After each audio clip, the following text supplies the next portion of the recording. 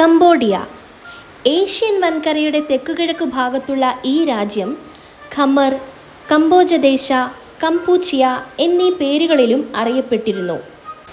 8-ാം നൂറ്റാണ്ടു മുതൽ 14-ാം നൂറ്റാണ്ട് വരെ ഇൻഡോ ചൈന പ്രദേശങ്ങൾ അടക്കി ഭരിച്ചിരുന്ന ഖമർ വംശജരുടെ സ്വദേശമാണ് ഈ രാജ്യം. പടിഞ്ഞാറ് തായ്ലൻഡ്, വടക്ക് ലാവോസ്, കിഴക്ക് വിയറ്റ്നാം എന്നിവയാണ് അയൽ രാജ്യങ്ങൾ. നാമമാത്ര രാജാധികാരങ്ങളുള്ള ജനാധിപത്യ ഭരണ സംവിധാനമാണ് കംബോഡിയയിൽ. ഭരണഘടനാപരമായി നാമമാത്ര ചുമതലകൾ മാത്രമുള്ള രാജാവാണ് രാജ്യത്തിൻ്റെ തലവൻ. എങ്കിലും പ്രധാനമന്ത്രിയാണ് പ്രധാന അധികാര കേന്ദ്രം. ജനങ്ങളിൽ 90%-ലേറെയും ഖമർ ഭാഷ സംസാരിക്കുന്ന ഖമർ വംശജരാണ്.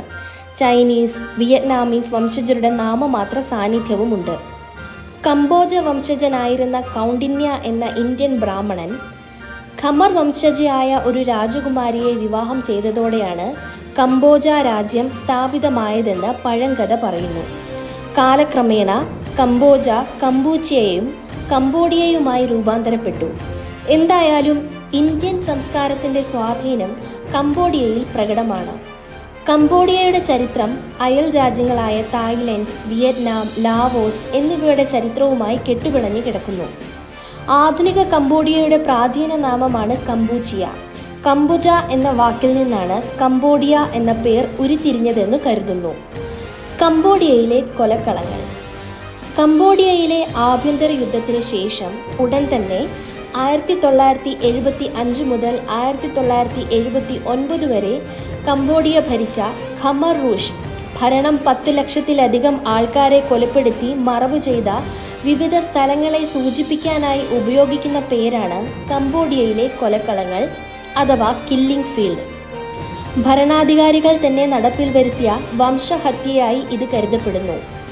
20,000-ഓളം കൂട്ടക്കുഴിമാടങ്ങൾ പരിശോധിച്ച യേൽ സർവകലാശാലയിലെ വിദഗ്ധരുടെ കണക്കുപ്രകാരം കൂട്ടക്കൊലയ്ക്ക് ഇരയായവർ കുറഞ്ഞത് 13,86,734 പേർ ഉണ്ടാവുമെന്നാണ്. ഖമർ റൂഷിൻ്റെ നയങ്ങൾ കൊണ്ടും അതുമൂലമുള്ള പട്ടിണിയും രോഗങ്ങളും കൂടി കണക്കിലെടുത്താൽ 1975-ൽ ആകെയുണ്ടായിരുന്ന ജനസംഖ്യയായ 80 ലക്ഷത്തിൽ 17 ലക്ഷം മുതൽ 25 ലക്ഷം പേർ വരെ കൊല്ലപ്പെട്ടിട്ടുണ്ടാവുമെന്നാണ് കണക്ക്. 1979-ൽ വിയറ്റ്നാം ആക്രമണം നടത്തുകയും ഖമർ റൂഷിനെ തകർക്കുകയും ചെയ്തു. തങ്ങൾക്ക് സംശയം തോന്നുന്ന എല്ലാവരെയും, മുൻ ഗവൺമെൻറ്റുമായോ വിദേശ ഗവൺമെൻറ്റുമായോ എന്തെങ്കിലും ബന്ധമുള്ളവരെയും ബുദ്ധിജീവികളെയും പ്രൊഫഷണലുകളെയും വിയറ്റ്നാം വംശജർ, ചൈനീസ് വംശജർ, ചാമുകൾ, കംബോഡിയയിലെ ക്രിസ്ത്യാനികൾ, ബുദ്ധസന്യാസിമാർ എന്നിവരെയെല്ലാം തിരഞ്ഞുപിടിച്ച് കൊന്നു തീർക്കപ്പെട്ടവരിൽപ്പെടും. അതിനാൽ പോൾ പോട്ടിനെ വംശഹത്യയുടെ സ്വേച്ഛാധിപതി എന്ന് വിളിക്കുന്നു. ശീതയുദ്ധകാലത്തെ ഏറ്റവും ശുദ്ധമായ വംശഹത്യയാണ് കംബോഡിയയിൽ നടന്നതെന്ന് മാർട്ടിൻ ഷാ പറയുന്നു.